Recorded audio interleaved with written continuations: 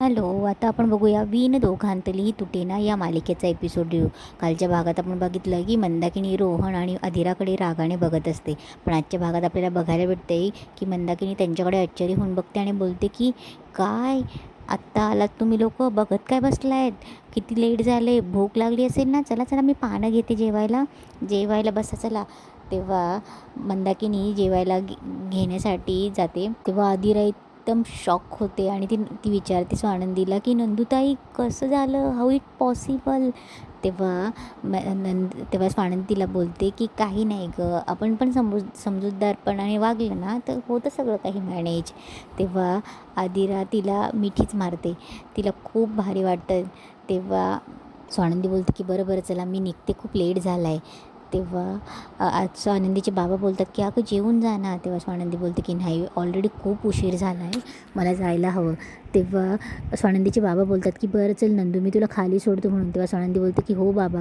तेव्हा स्वानंदी आई येते गं आणि सगळ्यांना बाय करून चालली जाते. तेव्हा स्वानंदीचे बाबा खाली स्वानंदीला सोडवायला येतात. तेव्हा स्वानंदी तिच्या बाबांना सांगत असते की "बाबा एक बोलू का? आता सोडून द्या ना हा राग रुसवा." तेव्हा स्वानंदीचे बाबा तिला सांगतात की "हे बघ, मी काही पूर्णपणे काही तिच्यावर रागवलेलं आहे किंवा पूर्णपणे सोडून द्यायचा विचार नाही केला आहे. पण कसं असतं ना नंदू, काही गोष्टींमधनं विश्वास उडाला ना तो कायमचा उडलाच जातो." तेव्हा स्वानंदी त्यांना समजवायचा प्रयत्न करते. तेव्हा स्वानंदीचे बाबा बोलतात की "हे बघ, आजचा छान दिवस आहे ना, या अविस्मरणीय दिवशी तरी मला काही करायला सांगू नकोस म्हणून. बरं एक काम कर, जावई बापूंना खूप सारं थँक्यू सांग." तेव्हा स्वानंदी बोलते की "हो नक्की." आणि येते म्हणून तीही चालली जाते. आता इकडे रात्री स्वानंदी घरी येते. तेव्हा समर बोलतो की "अरे तुम्ही आलात पण माझं लक्षच नव्हतं." तेव्हा समर स्वानंदीला विचारत असतो की "काय कसे आहेत घरी सगळे व्यवस्थित पोचले ना? बाबा बाबा कसे आहेत? बाबांना आवडलं ना सरप्राईज?" म्हणजे ॲक्च्युली मी सरप्राईज हे बाबांना देणार होतो, पण तुम्हालाही मिळालंच ना सरप्राईज? बाबांना आवडलं ना? असं काही म्हटले नाही ना की दरवर्षी माझा वाढदिवस एकदमच छानपैकी साजरा होतो आणि आज हे भलतंच काय? तेव्हा स्वानंदी बोलते की "अहो नाही नाही, बाबांना खूप आवडलं सरप्राईज. आणि तुम्हाला माहिती आहे का, इतक्या वर्ष आम्ही बाबांचा बड्डे सेलिब्रेट करत होतो, पण हा वन ऑफ द बेस्ट होता." तेव्हा समोर बोलतो की "खरंच ना, आवडलं ना बाबांना?" तेव्हा स्वानंदी बोलते की "हो खरंच खूप आवडलं आणि मी तुमची देणेकरी लागते." तेव्हा समोर बोलतो की "अहो असं काय बोलतायत? तुम्ही तुम्ही पण खूप केलं आहे माझ्यासाठी, मग मी केलं तर काय फरक पडला?" तेव्हा स्वानंदीच्या डोळ्यात अश्रू तरळत असतात. तेव्हा समर तिचंही कौतुक करत असतो की "तुम्ही इतकं केलं आहे, माझा मित्र तुम्ही माझ्यापासून दुरावलेला मित्र पर्यंत आणून दिला आहे."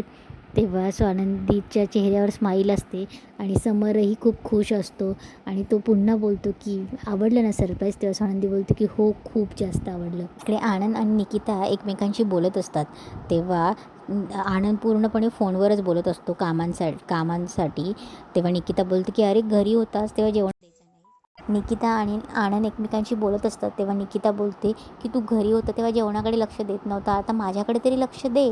तेव्हा आनंद बोलतो की "अगं कामं किती पेंडिंग आहे, मी नसताना समरला किती कामं करावं लागले."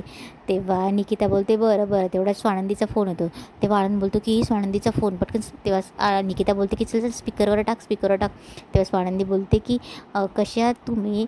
तेव्हा आनंद बोलतो की "आम्ही मस्त आहे, तू कशी आहे?" तेव्हा स्वानंदी बोलते की "मला भेटायचं आहे, ते भेटून बोलूया." तेव्हा निकिता बोलते "ए बाई, एवढं सकाळी सकाळी भेटायचा विषय काढला आणि तोही असं सकाळी सकाळी, तर बापरे माझ्या अंगाला काटाच येतो."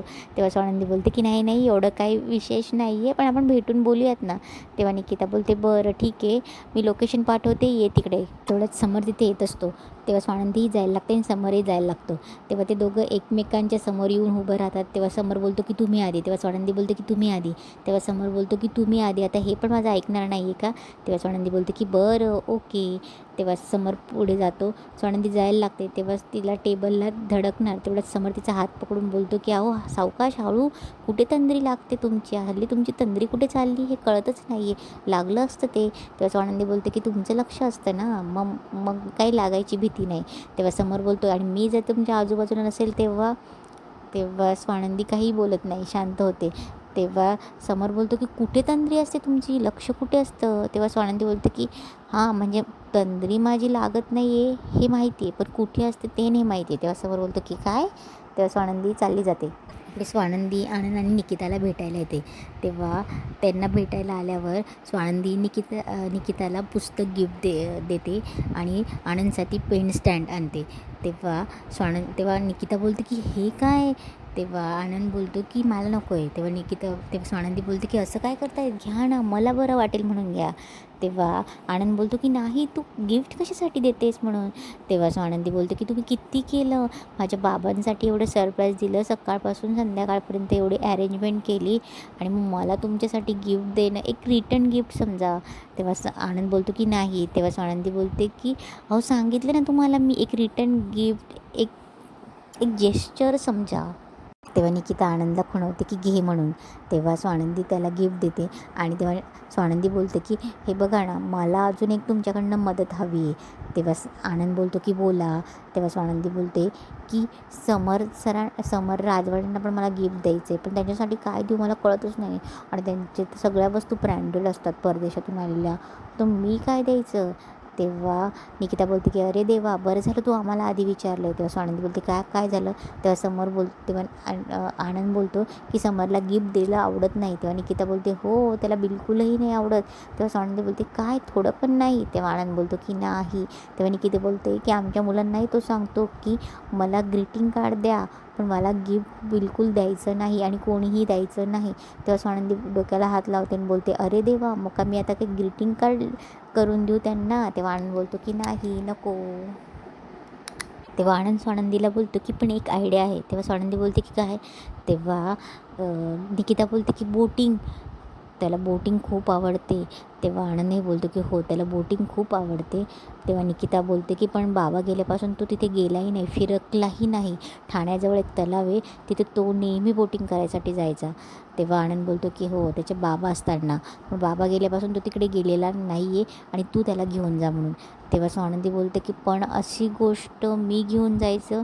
तेव्हा निकिता बोलते की हो, बायकोबरोबर बोटिंग करायला काय, त्याला बोटिंग करायला खूप जास्त आवडतं. तेव्हा स्वानंदी बोलते की तुम्ही म्हणतायत ते मला पटतं आहे, पण अशी एखादी गोष्ट त्यांना गृहीत धरून करायला लावायची हे किती योग्य आहे. तेव्हा स्वानंदी बोलते. तेव्हा निकिता बोलते की अगं मग बायको कशासाठी असते, बायकोच ना तू, त्याला घेऊन जा आणि तूच त्याला घेऊन जाऊ शकते म्हणून. तेव्हा आनंद बोलतो की स्वानंदी वहिनी बोलते ना ते मला पटतं आहे. तेव्हा निकिता बोलते की आता काय. तेव्हा आनंद बोलतो की काय ना, समरला बोटिंगसाठी घेऊन डायरेक्ट धक्का देण्यापेक्षा ना आधी त्याला कल्पना दिलेली बरी. तेव्हा स्वानंदी थोडी शांत होते आणि बोलते की मी विचारून बघते त्यांना. ते इकडे मंदाकिनी किचनमध्ये स्वयंपाक करत असते आणि आदिरा फोनवर बोलत असते. तेव्हा मंदाकिनी पुटपुटत असते की जेव्हा बघावं तेव्हा फोनवर, कामं करायला नको हिला, थांबीला मी कावच लावते. तेव्हा मंदाकिनी गवारच्या शेंगा घेऊन जाते आणि आदिराकडे देते. तेव्हा आदिरा बोलते की आई हे काय आहे.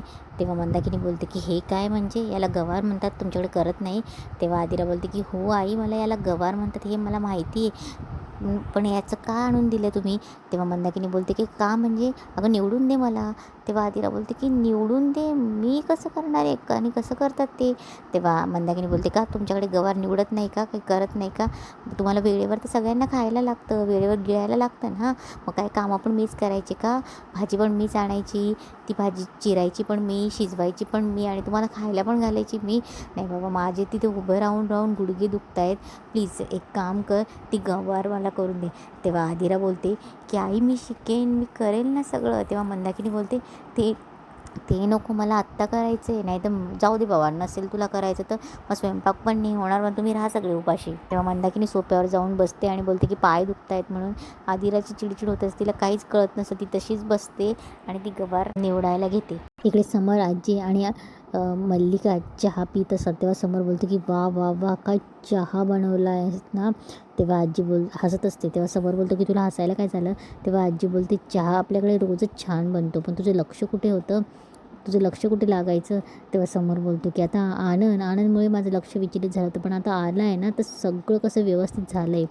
तेव्हा आजी त्याला सांगत असते की आपल्या आजूबाजूला चांगली माणसं राहिली ना तर सगळं छानच होतं. तेव्हा समर बोलतो की म्हणजे. तेव्हा आजी बोलते की अरे स्वानंदी माहिती ना सगळं कसं व्यवस्थित करते. तेव्हा समरला चेहऱ्यावर स्माईल येते, पण तो काही बोलत नसतो. तेव्हा मंदाकिनी बोलते की हो ना, स्वानंदी किती चांगली मुलगी आहे, पण तिच्या घरच्यांचा काही अंदाज लागत नाही.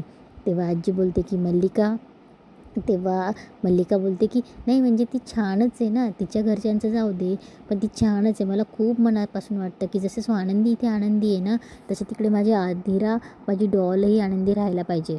तेव्हा आदिराला इकडे काही समजत नसतं की कशी निवडायची गवार. तेव्हा आदिराला एक युक्ती सुचते. ती पटकन कबोर्डमधून कातर घेते आणि कैची घेऊन येते. तेव्हा मंदाकिनी बोलते, ए काय करतेस अगं, तुला भाजी निवडायला लावली आहे. तेव्हा आदिरा बोलते की मग मी भाजीच तर करते ना, हे बघा ना, हे असंच कट करतात ना, स्क्वेअर ट्रायंगल शेपमध्ये. तेव्हा मंदाकिनी बोलते की अगं ती अशी हाताने काढायची असते, त्याच्या शिरा काढायच्या असतात. तेव्हा आदिरा बोलते की आई तुम्हाला भाजी निवडण्याशी मतलब आहे ना, मग मला माझ्याबद्दल तुम्ही जसं मला कामं सांगतात ना तसं मला माझी स्पेस देत जा ना कामं करायला. तेव्हा मंदाकिनी बोलते की बरं ठीक आहे, कर तुझ्या पद्धतीने कर आणि भाजी तुझ्याच पद्धतीने टाक. इकडे मल्लिकाचं बोलणं ऐकून आजी बोलते की मल्लिका अगं काही मी काय बोलतेस, चांगलं आहे तिचं. तेव्हा समरही बोलतो की काकू तू आदिराची बिलकुलच काळजी करू नकोस, आणि तुला माहिती आहे ना आपण सगळे तिच्यासोबत आहोत आणि रोहनही तू तिची किती काळजी घेतो हे माहिती आहे ना. तेव्हा मल्लिका बोलते की हो रे, हे सगळं मला माहिती, पण माझ्या आईचं काळीज आहे ना. तेवढ्या समरला एक फोन येतो आणि त्याला ऑफिसमधनं बोलवतात. तेव्हा समर बोलतो की काकू येतो मी. आजी आणि काकूला विचारून समर चालला जातो. तेव्हा आजी मल्लिकाला बोलत असते की मल्लिका आत्ताच विषय काढायची काही गरज होती का. तेव्हा मल्लिका बोलते की आई काही चुकलं का माझं, आत्ताच समर किती दिवसातनं खुश आहे आणि त्यात तू असं बोलतेस. तेव्हा मल्लिका बोलते की सॉरी आई, मला समरला दुखवायचं नव्हतं, पण कधी कधी ना मला माझ्या डॉलची खूप काळजी वाटते. तेव्हा आजी बोलते की हो मग कधी कधी आपल्या तोंडाला आवरही घालत जा. तेव्हा आजी बोलते की नाही अशीच वागत राहिलीस ना, ना स्वानंदीचा संसार सुखाचा होईल ना आदिराचा. तेव्हा आजी चालली जाते. तेव्हा मल्लिका मनातच बोलते की तेच तर हवं आहे ना मला म्हातारे, ना मला तू स्वानंदीचा ना आदिराचा ना कोणाचाच संसार सुखाचा हवा नाही आहे. मल्लिका हसत असते आणि तिचा आजचा एपिसोड संपतो.